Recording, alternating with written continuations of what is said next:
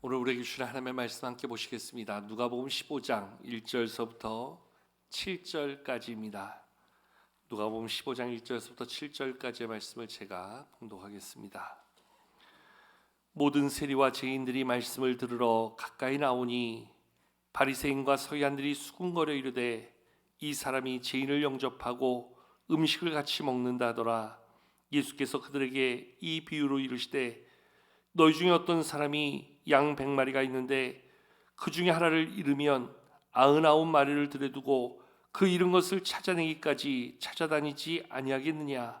또 찾아낸즉 즐거워 어깨에 메고 집에 와서 그 벗과 이웃을 불러 모으고 말하되 나와 함께 즐기자. 나의 잃은 양을 찾아내었노라 하리라.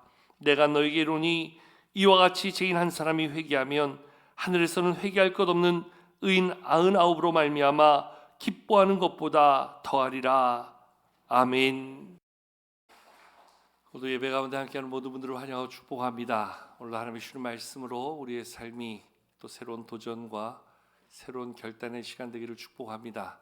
특별히 오늘 우리 기도하신 이정삼 장로님 달고 오묘한 말씀을 주실 거라 그랬는데 오늘 말씀은 특별히 전혀 안 답니다. 오히려 쓰게 들릴 겁니다. 불편하게 들릴 수 있습니다. 그래서 상당히 마음이 무겁고 불편하지만 그래도 나에게 주시는 하나님의 말씀으로 들으면 또 그 말씀을 통해서 또 일하시는 하나님을 경험하게 될 줄로 믿습니다. 더욱더 귀담아서 잘 들어주시기를 부탁드립니다. 교회는 우리 가운데 하나님이 세우신 하나님의 집이라 이야기합니다. 하나님께서 교회를 세워주시며 교회를 이야기하기를 그리스도의 몸이라 이야기하며 우리 모두로 교회 지체된 아름다운 신앙의 공동체가 바로 교회라 이렇게 이야기합니다. 여러분, 하나님께서 교회를 세우시고 우리 가운데 교회를 허락해 주실 때 왜 교회를 세우셨을까? 우리 교회를 통해서 하나님이 하시고자 하시는 일은 무엇인가? 사실 이것을 제대로 알고 우리가 이것을 제대로 깨달을 때 우리 교회가 하나님의 뜻에 합한 교회, 하나님의 영광을 온전히 이루어가는 교회를 이룰 수 있게 되겠지요. 하나님이 교회를 왜 세우셨을까요? 바꿔 말하면 교회의 존재 이유가 무엇일까요? 하나님이 나를 교회의 한 지체로 불러주셔서 나를 통해서 무슨 일을 하기를 원하시는가?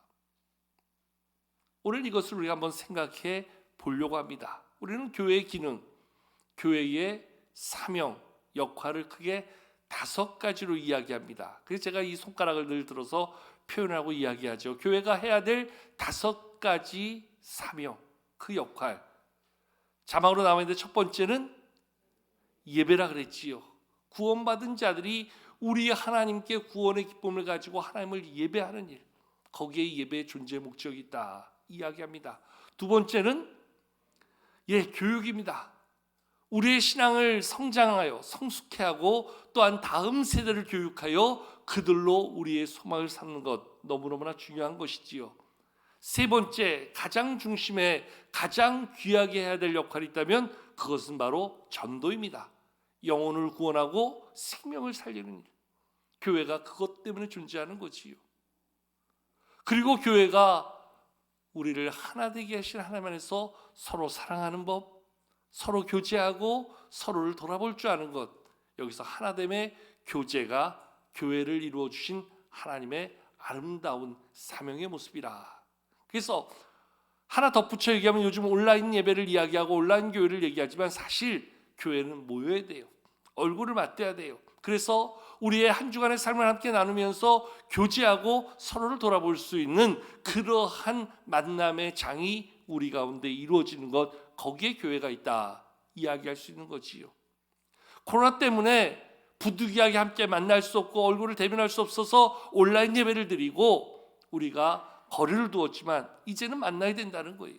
얼굴 함께 만나서 서로를 헤아려 보면서 서로의 필요를 돌아봐주고 서로를 사랑으로 섬겨주는 것, 여기에 진정한 성도의 교제가 있다 이야기하고요.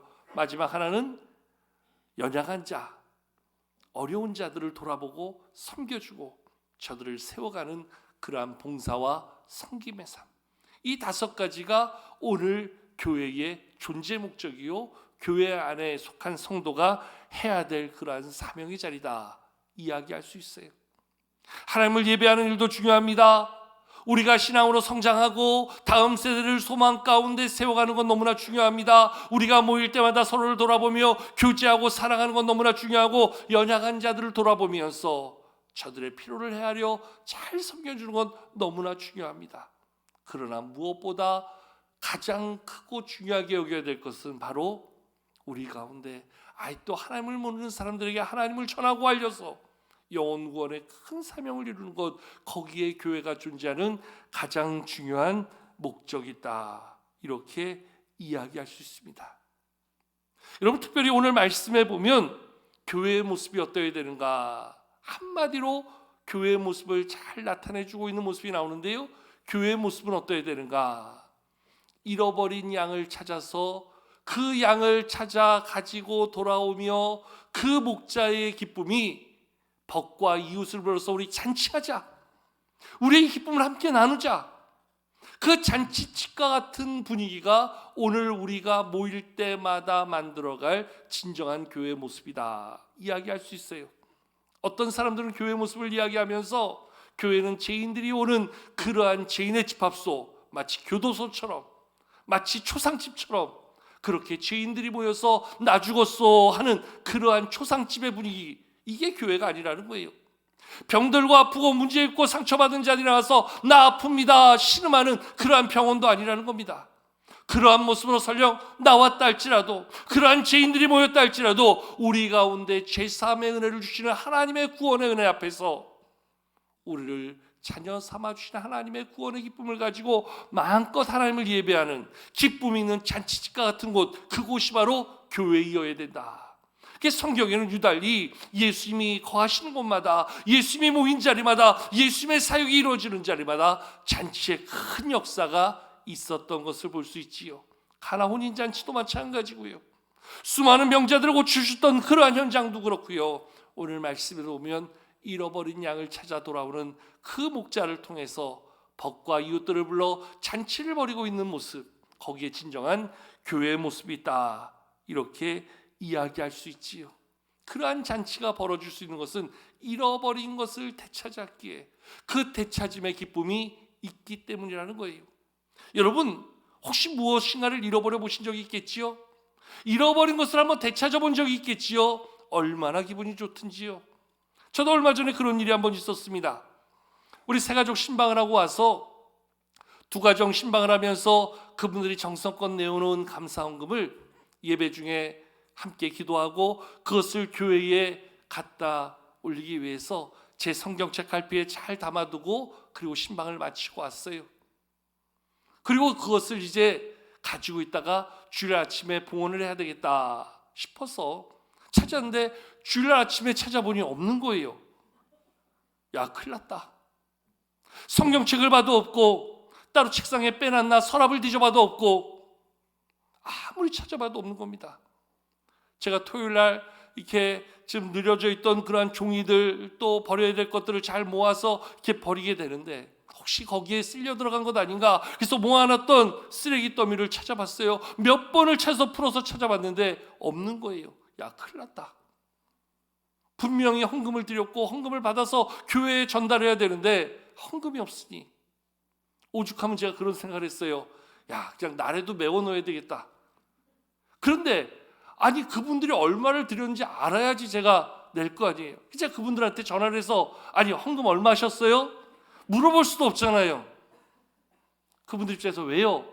그래서 여차여차해서 이렇게 됐다 그러면 목사가 또 헌금도 관리 제대로 못하는 그러한 소홀한 사람으로 오해를 받을까 봐 걱정하고, 이렇게도 못하고 저렇게도 못하는데 예배 시간은 점점 다가오는 거예요. 걱정이 커지는데 마침 사무실에 우리 간사님하고 통할 일이 있었어요. 혹시나 싶어서 간사님, 혹시 사무실에 없던가요? 목사님, 제 서랍에 헌금 봉투 2개가 있어요. 이름이 어떻게 되던가요? 아무개예요. 맞아요. 생각해 보니까 그날 밤늦게 신방 마치고 와서 모두가 퇴근했을 때 제가 사무실 문을 열고 간사님 책상에다 올려놓고 제 성경책에 그냥 끼고 두은 것처럼 착각에 뜬 거예요. 그날 만약에 그거 못 찾았으면 그날 예배 못 드렸을 것 같아요. 근데 다행히 예배 직전에 그것을 찾고 확인해서 얼마나 기쁜 마음으로 예배를 드리면서 하나님 앞에 감사했는지 몰라요. 우리 성도들의 귀한 헌금을 다시금 찾았다는 것, 큰 어려움 없이 그것을 교회로 잘 전할 수 있게 되었다는 것. 여러분, 헌금이어서가 아니라 어느 것 하나라도 잊어버리면 우리의 마음에 그 불편함이 얼마나 큽니까? 근데 그것을 찾으니 얼마나 기쁘고 감사한 것인가 다시 한번 느껴볼 수 있게 되었지요. 여러분, 무엇인가를 잃어버렸을 때 그 불편함, 그까짓 거 생각한다면 불편함도 없겠지요.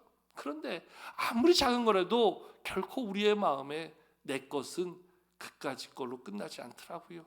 그것을 찾기까지 우리는 얼마나 노심초사하며 얼마나 신경을 쓰며 우리의 온 주변을 둘러보는지 몰라요. 왜요?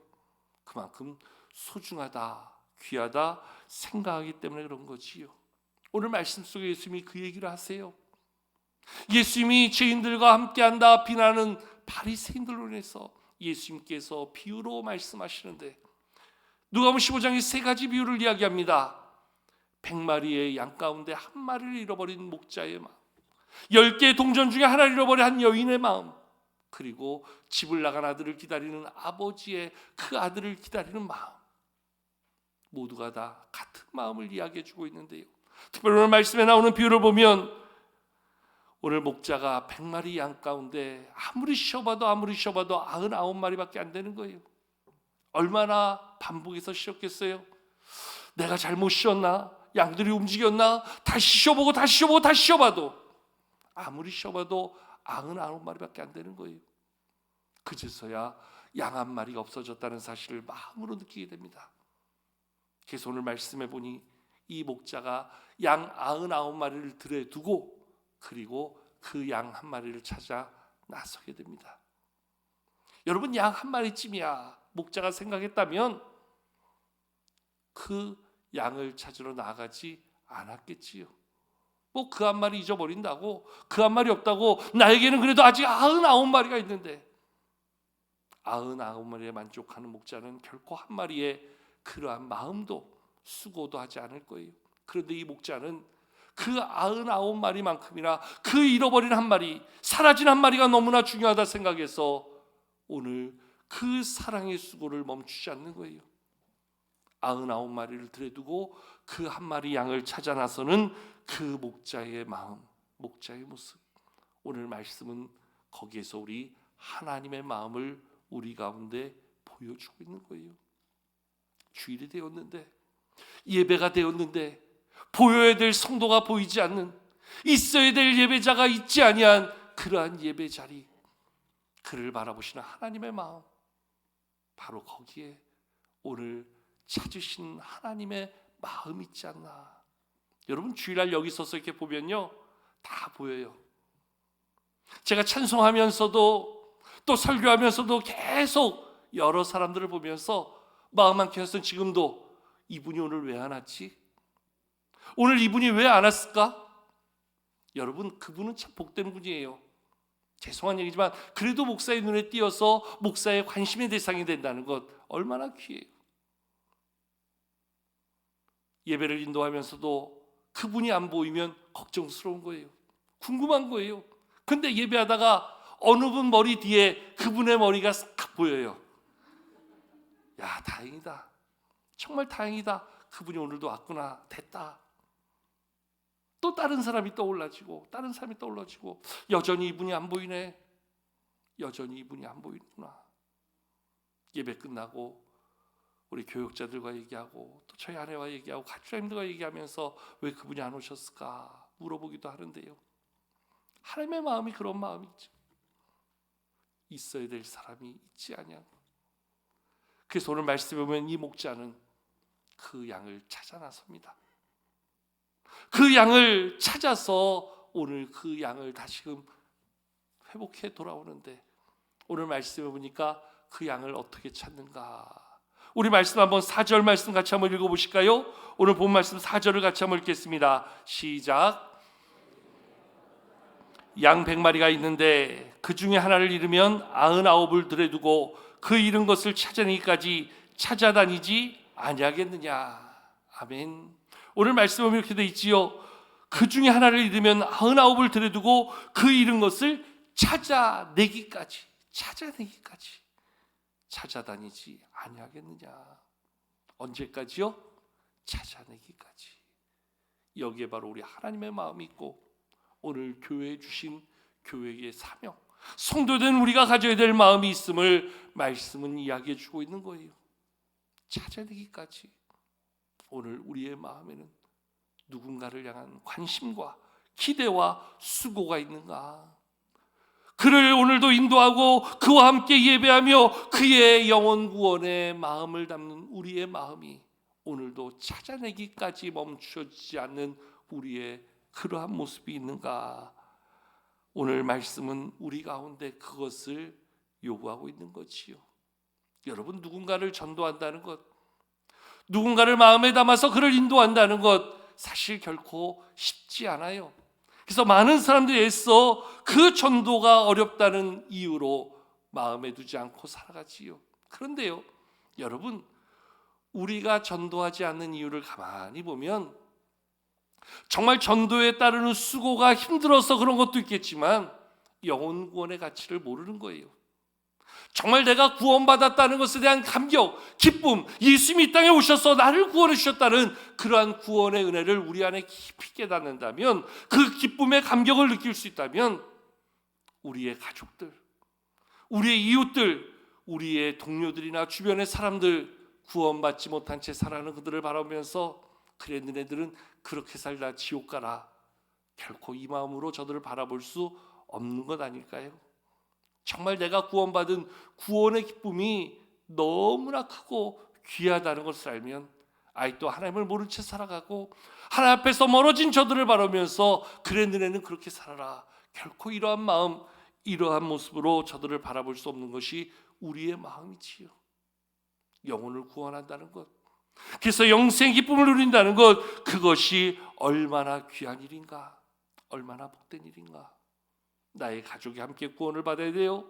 나의 이웃 동료들이 함께 천국에 가야 돼요. 그렇지 않으면 저들의 끝이 어디로 갈지를 볼 수 있게 그것을 아는 사람이라면 결코 이 전도의 사명을 소홀히 여길 수 없는 것이지요. 여러분, 구원받지 못한 자의 끝이 어딜까요? 바로 하나님의 심판이며 하나님의 멸망 가운데 저들은 지옥 형벌에 갈 수밖에 없는 것, 거기에 무서운 그러한 하나님의 심판의 모습을 볼 수 있는 것 아니겠습니까? 나의 가족이, 나의 동료가, 나의 소중한 이웃들이 하나님을 모르고 그 길을 간다면 그것을 우리는 어떻게 이해하고 받아들여야 될까요? 한 해를 살면서 한 번도 하나님을 전하지 않았어요. 한 번도 교회 가자고 얘기하지 않았어요. 한 번도 하나님을 믿어야 된다고, 믿음으로 살아야 구원받는다고 이야기해 보지 못했어요. 어쩌면 우리의 모습이 그렇게 살아오진 않았는가, 우리 자신 한번 돌아봐야 돼요. 나의 가족서부터, 나의 이웃서부터 정말 내가 사랑한다 이야기하는, 내가 소중하다 말하는 그러한 나의 주변의 사람들을 얼마나 저들의 영혼 구원을 내 마음에 담고 살아왔는가, 우리 자신 한번 돌아볼 필요가 있다는 거지요. 제가 아는 권사님 중에 한 분, 그런 분이 계셨어요. 평생을 불신앙 속에 살아가고 있는 남편, 그를 바라보면서 매일마다 새벽에 교회에 나와서 기도하는데요, 남편이 얼마나 반대가 심한지 매일매일마다 말도 꺼내지 못하게 하고요, 술 먹고 와서 화가 날 때는 때리기도 하고요, 몇 차례 성경책도 찢어버릴 정도로 그러한 교회에 대한 반감, 신앙에 대한 불편함이 컸던 남편이라고 그래요. 근데 이 권사님, 그 남편 하나님 저대로 버리셨다가 저 지옥 가면 어떻게 해요? 이 권사님 매일 새벽마다 나와서 그 남편의 이름을 불러가면서 얼마나 눈물로 기도하든지요. 새벽에 들었던 그 기도 소리가 벌써 오래됐는데도 아직도 기억이 나요. 그 남편의 이름을 불러가면서 하나님 구원해 주세요. 하나님 저 영혼 하나님 품어주세요. 하나님 나 저 영혼에게 꼭 하나님의 구원 전하고 싶어요. 하나님의 은혜가 그 남편에 임하고 그 남편이 드디어 하나님을 영접하게 됩니다.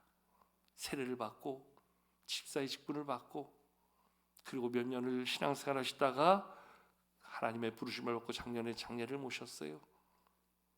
하나님의 부르심을 받고 장례를 모신다는 이야기를 듣고 가서 조문을 했어요. 그때 나눴던 권사님과 짧은 이야기, 권사님이 그렇게 이야기하시더라고요. 목사님, 자 됐어요. 이제 천국 갔으니까 됐어요. 그 남편 구원하게 됐으니 됐어요. 이제 다시 만날 천국 하나님 앞에 먼저가 기다리니 그것으로 충분해요. 그 고백이 얼마나 귀하고 얼마나 아름답던지요.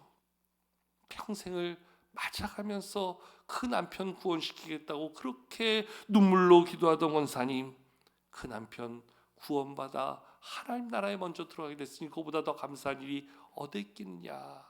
그 고백하는 고백 속에서 참으로 믿는 자의 큰 기쁨을 볼 수 있게 되었어요. 여러분, 영혼 구원의 기쁨은 구원의 은혜를 느끼고 경험해온 사람만이 알 수 있는 감격이라 이렇게 이야기할 수 있어요. 구원의 가치를 아는 사람만이 구원의 소망을 품고 구원의 기쁨을 알리고 전하려고 힘쓰는 거지요. 아프리카 선교사로 평생을 헌신했던 프란시스 제이비어는 이런 말을 남겼어요. 내가 한 사람을 구원하기 위하여 만대매를 맞으라면 나는 그 매를 맞아서라도 그에게 예수님을 선물해 주고 싶습니다. 내가 만대매를 맞아서 그가 하나님의 구원을 맛볼 수 있는 구원의 선물을 받을 수 있다면 나는 그에게 예수님을 선물하기 위해서 만대매를 맞기를 나는 주저하지 않겠다 이야기합니다.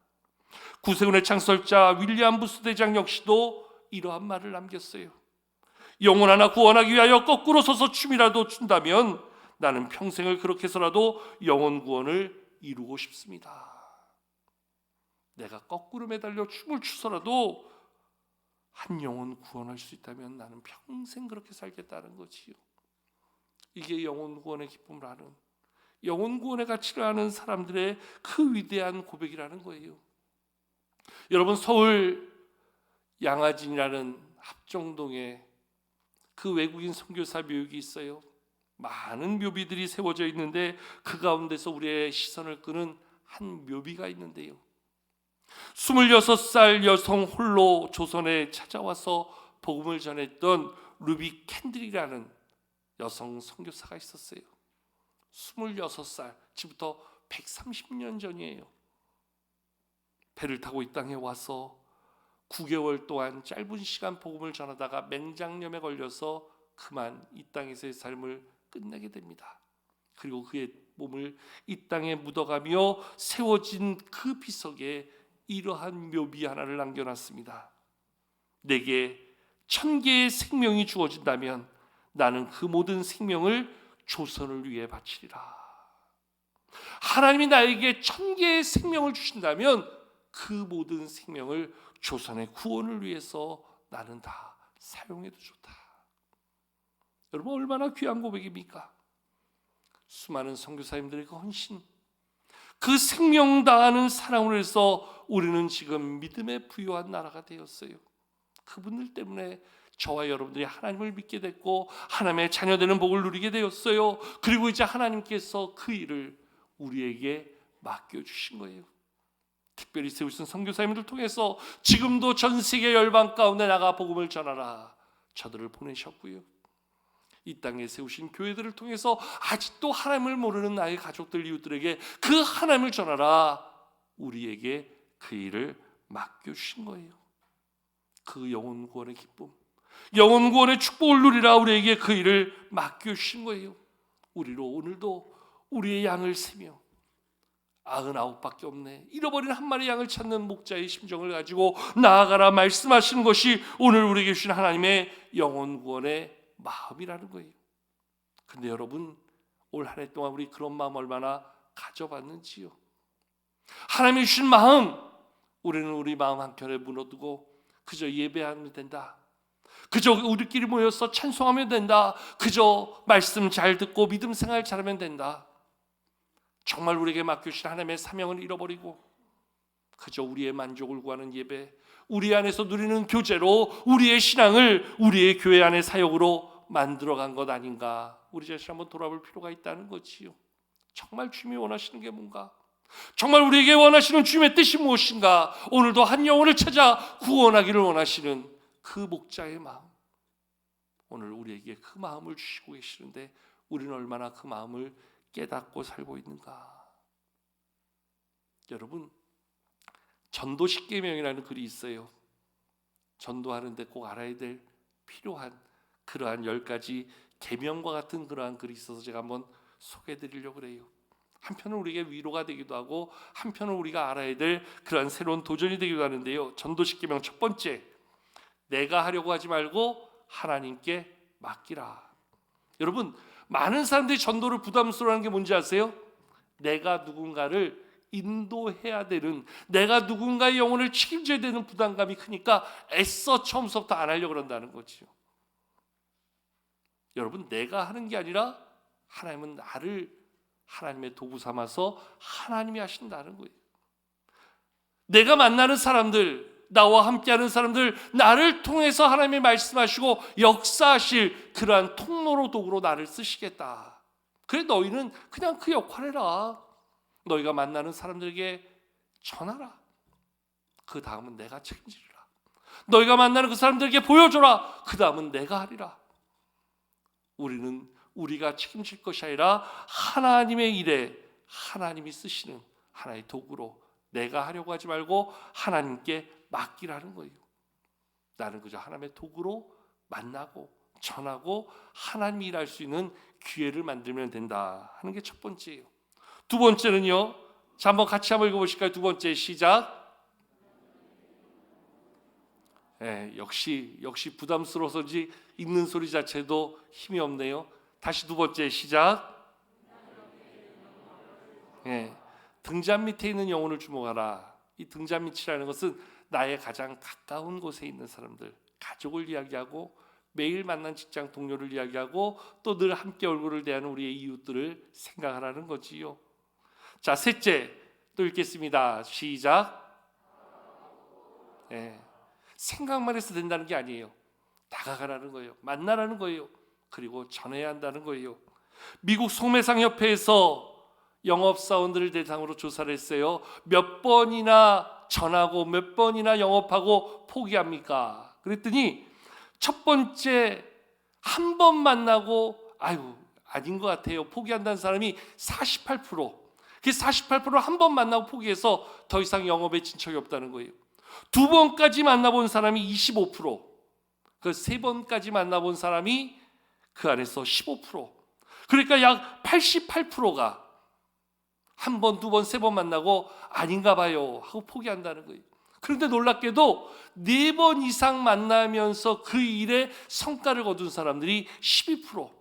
100명 중에 12명은 4번 이상 만나다 보니까 한 번 만나고 거절되고 두 번 만나고 불편하고 세 번 만나고 고개를 갸웃더니도 또다시 찾아가고 또다시 만나보니까 거기서 그 일이 성사되어지더라. 여러분, 우리 속담에도 한 술에 배부르랴 하는 속담이 있어요. 또 다른 속담으로 10번 치고 안 넘어가는 나무 없다 이야기합니다. 우리가 누군가를 마음에 담고 기도하며 그에게 다가가 복음을 전할 때도 한 번 하고 끝나고 두 번 하고 끝나고 세 번 하고 끝내서 될 문제가 아니라는 거예요. 오늘 말씀이 보여주죠. 이 목자는 양을 언제까지 찾아요? 찾을 때까지 찾아 나선다. 거기에 오늘 우리의 사명, 우리의 수고가 있다는 거예요. 다가가고 또 다가가야 한다는 거예요. 자, 네 번째 우리에게 주어진 전도의 십계명은요. 네 번째 시작. 한 번의 만남을 소중하게 여기라는 거예요. 스쳐 지나가는 만남이라도 그것을 결코 소홀하게 여기지 말라는 거예요. 제가 몇 번 간증했어요. 어릴 때 저희 집에 생선 팔러 왔던 아주머니가 계셨어요. 저희 어머니가 생선을 사면서 그 아주머니를 그냥 보내지 않았어요. 손을 잡고 아주머니, 하나님 믿으셔요. 교회 한번 다녀보세요.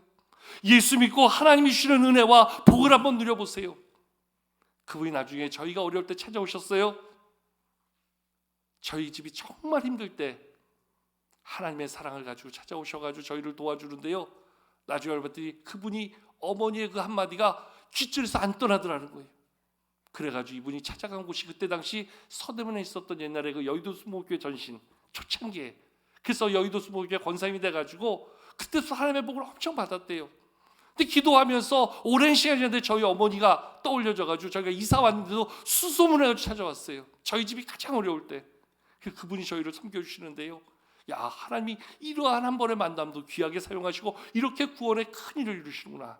2부 때는 이런 얘기 안 했어요. 여러분들에게만 주어지는 특별한 간증입니다. 자, 그 다음에 5번째, 함께 읽겠습니다. 시작. 칭찬의 말하라. 만나서 바른 말한다고 염장 긁지 말고 칭찬하면서 격려하면서 그를 향한 하나님의 축복의 약속을 선포하면서 그의 마음을 열 수 있는 그러한 만남으로 다가가라는 거예요. 매우 중요한 거예요. 자, 6번째, 시작. 상대방을 이해하고 접근해야지 내 기준만 가지고 가서 우리가 가장 많이 실패하는 게 이거예요. 그분이 가지고 있는 기질, 이 사람이 논리적인 사람인가, 이 사람이 되게 감정적인 사람인가, 아니면 이 사람이 관계 중심적인 사람인가, 이 사람이 상당히 행정적인 사람인가, 그 사람의 기질, 그 사람의 그 모습을 잘 헤아려 가지고 그거를 우리가 기도하면서 하나님 앞에 지혜를 구하면서 만남을 이루어가야 된다는 거예요. 상대방을 잘 이해하고 바르게 이해하고 다가가는 모습이 필요하다는 거예요. 7번째, 시작. 여러분, 전도하면서 아까도 말했지만 한 번, 두 번 하다 우리가 낙심해요. 실패해요. 그래서 가장 좋은 거는 누군가를 전도할 때 같이 할 사람이 있으면 좋아요. 서로가 지칠 때 격려하면서 위로하면서 다시 같이 기도하면서 힘을 불어줄 수 있는 그러한 옆에 좋은 조력자가 있는 게 중요해요. 집에서 남편을 전도한다 그러면 자녀들과 같이 하는 거예요. 직장에서 동료 하나를 전도한다 한다면 다른 예수 믿는 동료와 같이 그에게 다가가고 그에게 전도하면서 서로의 지친 마음을 위로해주고 함께 만져주는 것도 필요하다는 거예요. 8번째, 시작. 삶의 거울이 되라. 우리는 그동안 전도하면서 너무 입으로 잘했어요. 그러니까 그가 우리를 보면서 야, 너같이 예수 믿었는 나 안 믿는다, 이런 반응 나오는 거예요. 가장 중요한 거는 삶으로 보여주는 거지요. 삶의 거울로 나를 비춰주는 그러한 모습이 되어야 된다는 거예요. 그래서 삶이 그에게 도전이 되고 우리가 믿는 자의 모습이 그에게 좋은 영향력이 갈 수 있도록 우리가 그렇게 살고 그러한 삶의 거울이 될 수 있어야 된다는 거예요. 자, 9번째, 시작. 은혜로 충만하라. 이거는 전도함에 있어서 가장 좋은 방법이 내가 만난 하나님, 내가 만난 하나님의 은혜를 전하는 거예요. 그 최고의 전도는 간증이에요. 내가 예수님 만나니 내 마음이 이렇게 바뀌었어요. 보세요, 내 얼굴이 이렇게 달라졌어요. 나의 삶에 똑같은 상황이지만 이 삶을 살아가는 내 마음의 기준이 달라지니까 이러한 삶의 모습이 달라지네요. 그것이 삶으로 보여줄 수 있도록 내 안에 주신 하나님의 은혜를 내 삶으로 보여줄 수 있는, 그래서 은혜로 충만할 때 전도도 되고 내 안에 하나님이 주신 은혜가 가득할 때 그 은혜가 나눠지는 거예요. 마지막 10번째, 시작. 사랑으로 행하라. 이거는요, 한마디로 그 영혼을 정말 사랑해서 하라는 거예요. 교회에서 시키니까 하고 마지못해 하는 게 아니라, 요즘에는 마지못해 하지도 않아요. 근데 정말 그 한 영혼을 내 마음에 소중하게, 그 영혼의 가치를 내 마음에 귀하게 여겨서 사랑으로 다가가고 사랑으로 섬겨주고 사랑으로 세워가는 거예요. 여러분이 10가지가 정말 우리 안에 다시 한번 깨달아지면 이것만큼 좋은 전도의 동력이 없는 거예요. 다시 한번 제가 빨리 한번 얘기해 볼게요. 첫 번째, 내가 하려 하지 말고 하나님께 맡기라는 거예요. 두 번째, 등잔 밑에 있는 영혼부터 주목하라는 거예요. 세 번째, 다가가고 또 다가가는 수고를 포기하면 안 된다는 거예요. 네 번째, 한 번의 만남을 소중히 여기라는 거예요. 다섯 번째, 칭찬의 말을 하라는 거예요. 여섯 번째, 상대방을 바르게 이해하라는 거예요. 일곱 번째, 둘 이상이 함께 동역을 하라는 것이고, 여덟 번째, 삶의 거울이 되라는 겁니다. 아홉 번째, 은혜로 충만하라. 열 번째, 사랑함으로 행하라. 이것이 우리 안에 실천되실 때 하나님 우리를 통해서 우리의 아직도 믿지 않는 가족들, 우리의 이웃들, 동료들, 주변의 모든 사람들 한 사람 한 사람 구원의 놀라운 역사를 이루실 것이라 말씀해 주고 있는 거예요. 여러분, 전도 쉽지 않아요. 세상 말로 만만하지 아니하고요, 호락호락하지 않아요. 한 영혼을 사단의 손에서 뺏어오는 건데 일이 얼마나 힘들겠어요. 그런데 힘들지만 너무너무나 보람된 일이에요. 너무너무나 귀한 일이에요. 너무너무나 우리에게 축복된 일이에요. 그거를 위해서 오늘 하나님은 우리에게 찾아내기까지 찾아 나서는 사랑의 수고를 이루라 말씀해 주고 있는 거예요. 무엇보다 우리 안에 하나님 마음 가지고, 하나님이 저 영혼 바라보고, 하나님이 저를 품는 그 마음 가지고 저를 바라보고 저에게 다가갈 수 있는 그러한 아버지의 마음을 가지고 이제까지 놓쳤던 영혼 구원의 삶, 생명의 놀라운 역사가 우리를 통해서 나타날 수 있도록, 우리 교회 가운데 이루어질 수 있도록 이 일 가운데 다시 한번 하나님의 마음 품고 나아가라. 100마리 양 가운데 잃어버린 한 마리의 양을 찾는데 거기에 나의 사명이 있고 나의 오늘 하나님이 맡겨주신 믿음의 수고가 있다. 다시 한번 마음에 담고 영혼 구원하는 일에 힘쓰며 나가는 우리 모두가 되기를 축복합니다. 그래서 우리를 통해서 하나님의 기쁨이 날마다 잔치같이 베풀어지는 그러한 교회, 그러한 기쁨의 현장에 늘 함께하기를 주의 이름으로 축복합니다.